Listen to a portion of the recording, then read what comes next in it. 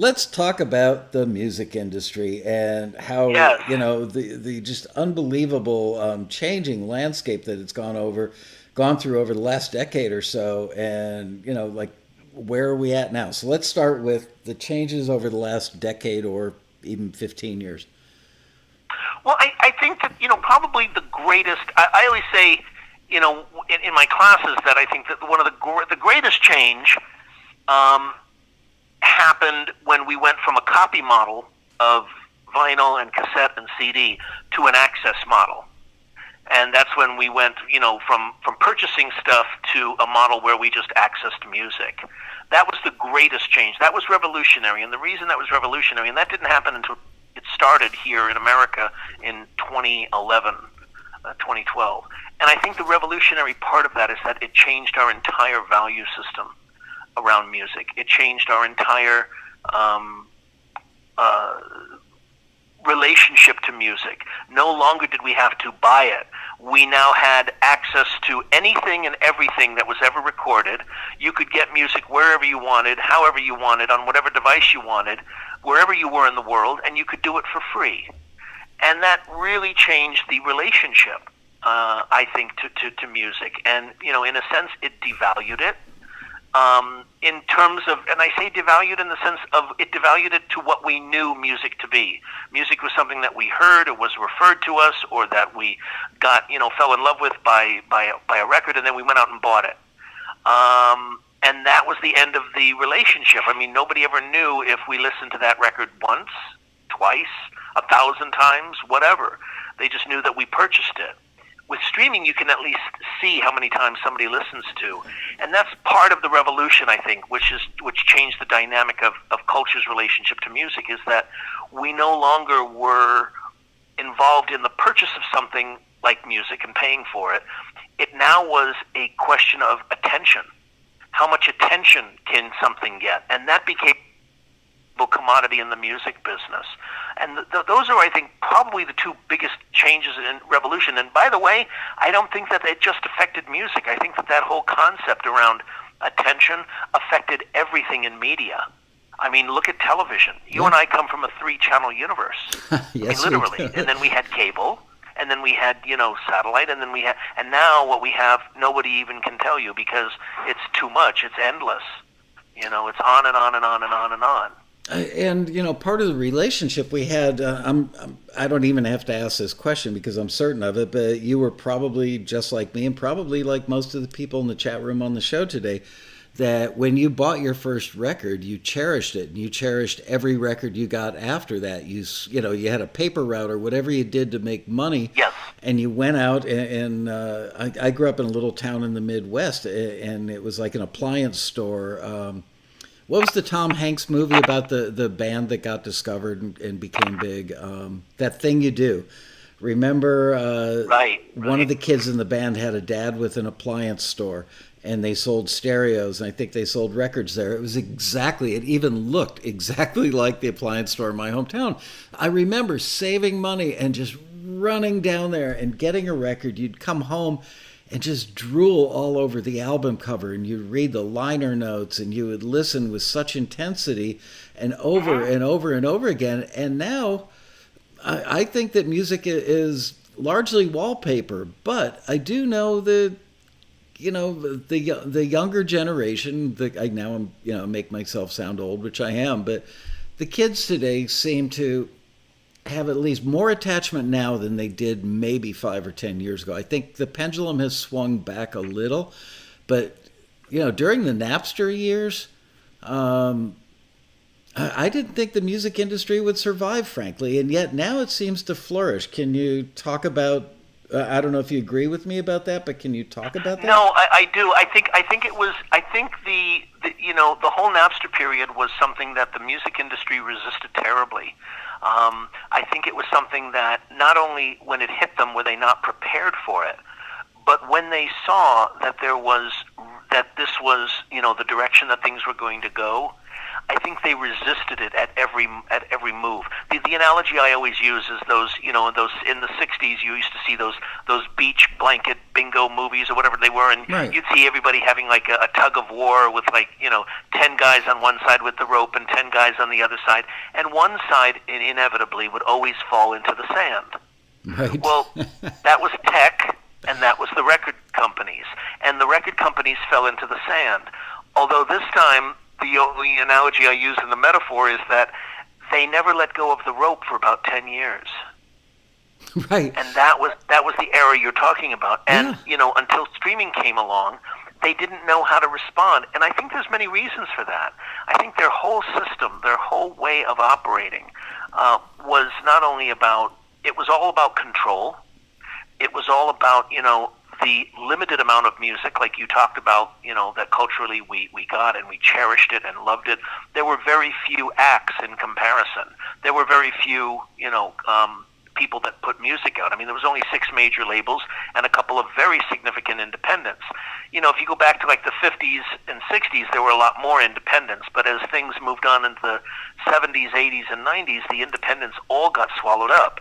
And I think that when we talk about this era that you're speaking of specifically, yes, music changed because our access to it and the amount of it, and no longer were there gatekeepers. I mean, that was the good news to the artistic community, I think, is that, you could say to them, here's the good news, guys and gals, there's no more gatekeepers. There's nobody telling you, yes or no. And here's the bad news. There are no more gates. Yeah, and so you have this glut of content, just an incredible amount of stuff. And everybody, remember we used to hear the phrase crowdsourcing. I mean, 7 or 8 years ago, crowdsourcing. That didn't really work out that well, but I do know that most people, I would assume, I should say, most people go on Spotify and you pick what you're going to listen to if it's new and you're unfamiliar with it by looking at how many, what's the most popular thing on this new album, and that's where you go first. So I guess to some extent, crowdsourcing has worked in the long run, but with that freedom of no gatekeepers and that glut of content, it puts a tremendous burden. I don't think that artists were ready for it. It's like, we don't want gatekeepers. Oh, but now we have to do all the work. Do you want to talk about that? Absolutely, and that was a transformation, and I saw that transformation. When you spoke just earlier about the Napster period, I remember that period very well, and it's interesting you bring that up because I was cleaning out some stuff about 2-3 weeks ago, and I came across an old issue of the A&R Registry, and it was my year-end issue that I wrote in 2004, December of 2004, and I read the letter in the to the subscribers, and I said in that letter, I said, the artist that's going to be successful in the future is going to be a different kind of person. And I went on to qualify that what I meant by that was that the kind of elements, the kind of things that were going to be required of an artist to be successful in terms of having a career in music were going to be entirely different than what had come before it. Because like you just said, Michael, I saw that all the systems that you and I knew, when you were making records, when you were engineering and making records for record companies, all those systems for signing talent and building it up were gone, or they were going in 2004. I mean, I saw that. Right. They were all being dismantled. The whole thing of tour support, the whole thing of, huge amounts of money, and the manager will take care of it, and the record company is the king, and it's all centered around the label, and it's all going to give you the money. All of that was dying. It was all dying, and it had been dying since, 2001. And what you saw was a complete dismantling, I think, of the traditional system that we saw. And from 2004, pretty much until 2010, I mean, we saw the whole industry really, really struggle to find its footing in the new world. Yeah, we had some successes, but it was still based on an old model. It was still based on, oh yeah, this is wonderful that Adele came along and sold 20 million albums. Nobody's done that in a decade. It was still predicated on a model from the past because nothing at that time had come in until streaming came in 2011 to take its place.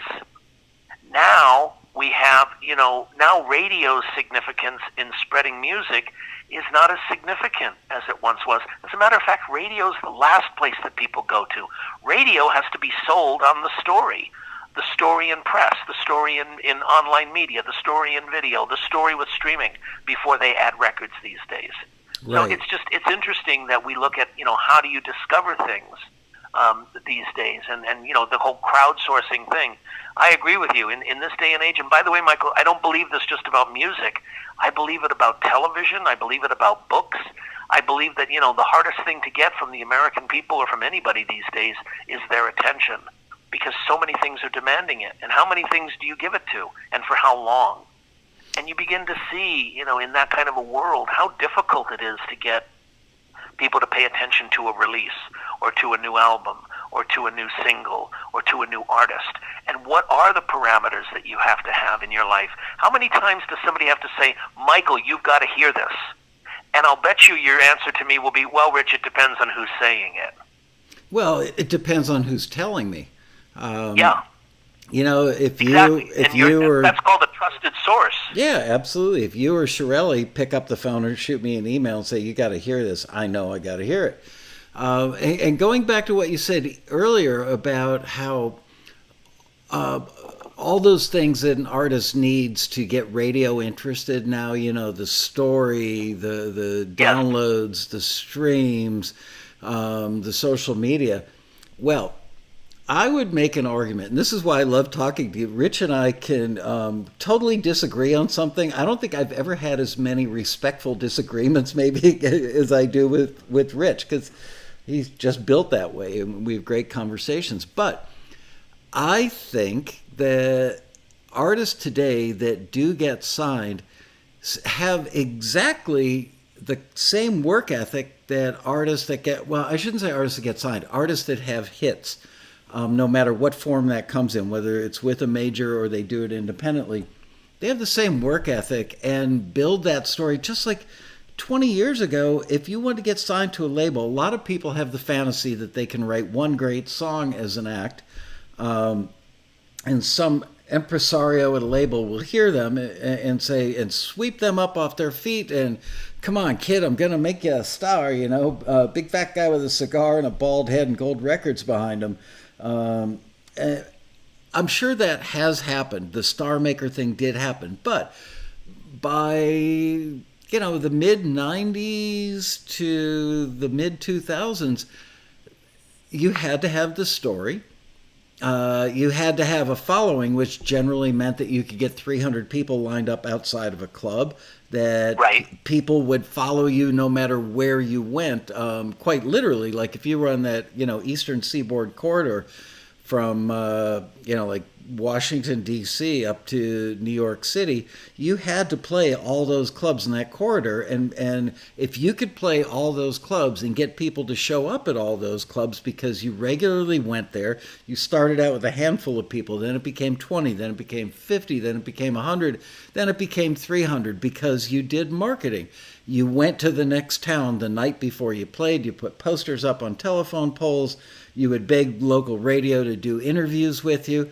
You did all that work yourself. Well, now people are doing it all via laptop on the internet, but most people think that it's just like they were deluded. The delusional people back then thought all I need is one great song and I've got a pretty face. I think people think today I can just record one song, put it on YouTube, and it's going to be so incredibly good people will discover me. They don't realize it's a 12-hour-a-day job, 6 or 7 days a week for 2 or 3 years before that happens. Is that a fair statement? I completely agree with you. I couldn't agree more. It's one of the reasons that one of the main drivers in my life is educating artists. I think this is so important, and I think it's important for the reasons that you're talking about, because one of the underlying reasons of your point is that there is so much volume out there. This isn't 20 years ago where the volume of music being put out, we all, if we followed the business, could probably keep up with it. Nobody has that ability to do that today.